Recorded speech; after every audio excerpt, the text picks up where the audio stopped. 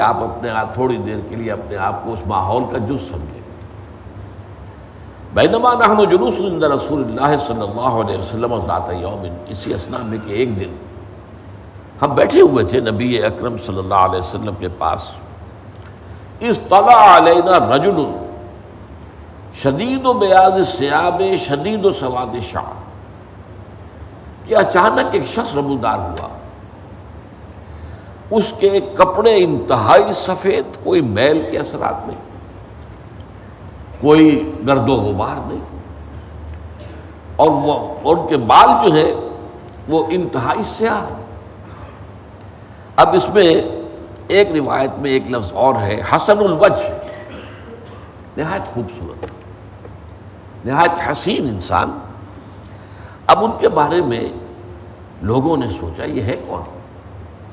یہاں فرما رہے ہیں حضرت عمر لا یرا علیہ اثر السفر، نہ تو اس شخص پر کوئی سفر کے آثار تھے، اگر وہ باہر سے آ رہا ہوتا اور ابھی آ رہا ہوتا تو اس کے کپڑے کچھ گرد آلود ہوتے، کچھ بالوں کے اندر غبار ہوتا، یہ سب کچھ ہوتا۔ اثر السفر معلوم ہوا کہ یہ باہر سے نہیں آیا ہے۔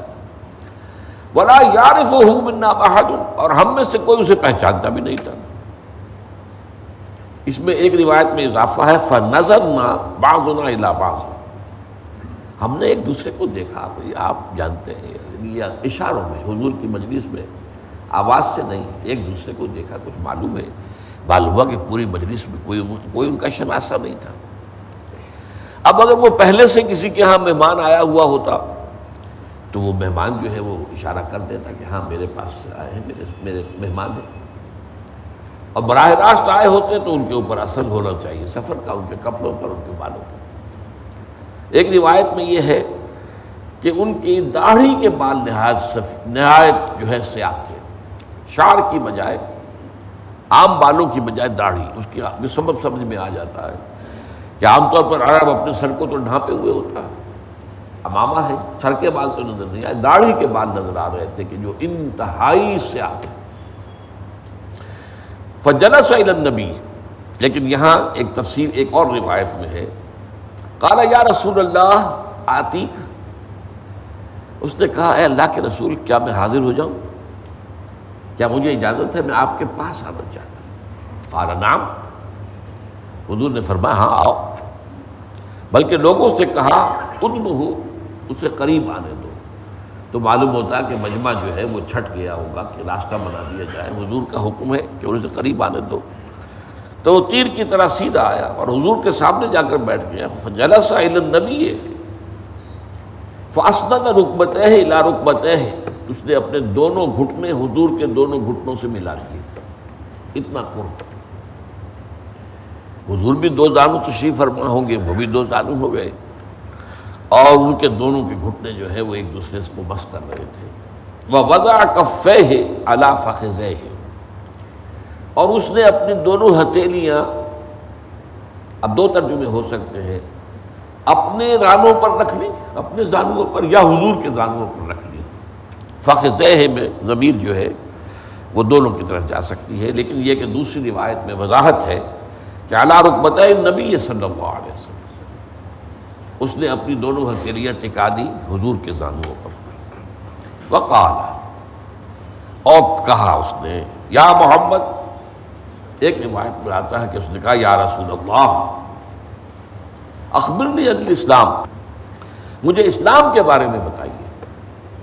ایک روایت میں حدثنی عن الاسلام یا حدثنی بالاسلام، بیان فرمائیے میرے لیے کہ اسلام کیا ہے۔ فقال رسول اللہ صلی اللہ علیہ وسلم، یہ مکالمہ میں ابھی صرف ترجمہ کر رہا ہوں، اس کی وضاحت بعد میں ہوگی، پہلے ترجمہ پڑھ لیں۔ فقال رسول اللہ صلی اللہ علیہ وسلم الاسلام ان تشہد ان لا الہ الا اللہ وان محمد رسول اللہ صلی اللہ علیہ وسلم وتقیم الصلاۃ وتؤتی الزکاۃ وتصوم رمضان وتحج البیت ان استطعت الیہ سبیلا۔ حضور نے فرمایا اسلام یہ ہے کہ تو گواہی دے کہ اللہ کے سوا کوئی معبود نہیں، اور یہ کہ محمد صلی اللہ علیہ وسلم اللہ کے رسول ہے، اور نماز قائم کرے، زکوٰۃ ادا کرے، رمضان کے روزے رکھے، اور بیت اللہ کا حج کرے اگر تجھے استطاعت ہو سفر کی۔ قال صدقتا، اس شخص نے کہا آپ نے درست فرمایا۔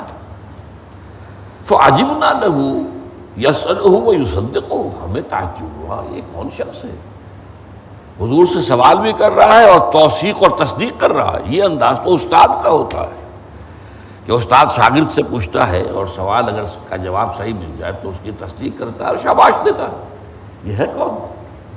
لیکن بہرحال خاموش ہے کہ یہ معاملہ صورتحال جب حضور خود اس کو برداشت کر رہے ہیں اور گویا کہ آپ کی اجازت شامل ہے، وہ جو کچھ کر رہا ہے اس کے لیے، تو فعجبنا له يسأله ويصدقه، ہمیں تعجب ہوا، سوال کر رہا ہے اور پھر تصدیق کر رہا ہے۔ قال فاخبرنی عن الایمان، پھر اس نے کہا کہ اب مجھے بتائیے ایمان کیا ہے۔ قال ان تؤمن باللہ وملائکتہ وکتبہ ورسلہ والیوم الآخر وتؤمن بالقدر خیرہ وشرہ۔ قال صدقت، حضور نے فرمایا ایمان یہ ہے کہ تو یقین رکھے اللہ پر اور اس کے فرشتوں پر اور اس کی کتابوں پر اور اس کے رسولوں پر اور قیامت کے دن پر، اور قدر کہ جو شے بھی دنیا میں خیر یا شر کسی پر وارد ہوتا ہے وہ اللہ کی طرف سے ہے۔ تؤمن باللہ بالقدر خیرہ وشرہ۔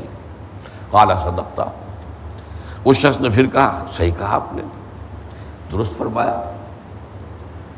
قال فاخبرنی عن الاحسان، اس کے بعد اس نے سوال کیا اب مجھے بتائیے احسان کیا ہے۔ قال ان تعبد اللہ کأنک تراہ فإن لم تکن تراہ فإنہ یراک، اس کیفیت میں اللہ کی بندگی کرنا گویا کہ تم اسے دیکھ رہے ہو۔ اب اس میں دو روایتوں میں تعبدہ کی بجائے دو الفاظ آئے ہیں متبادل۔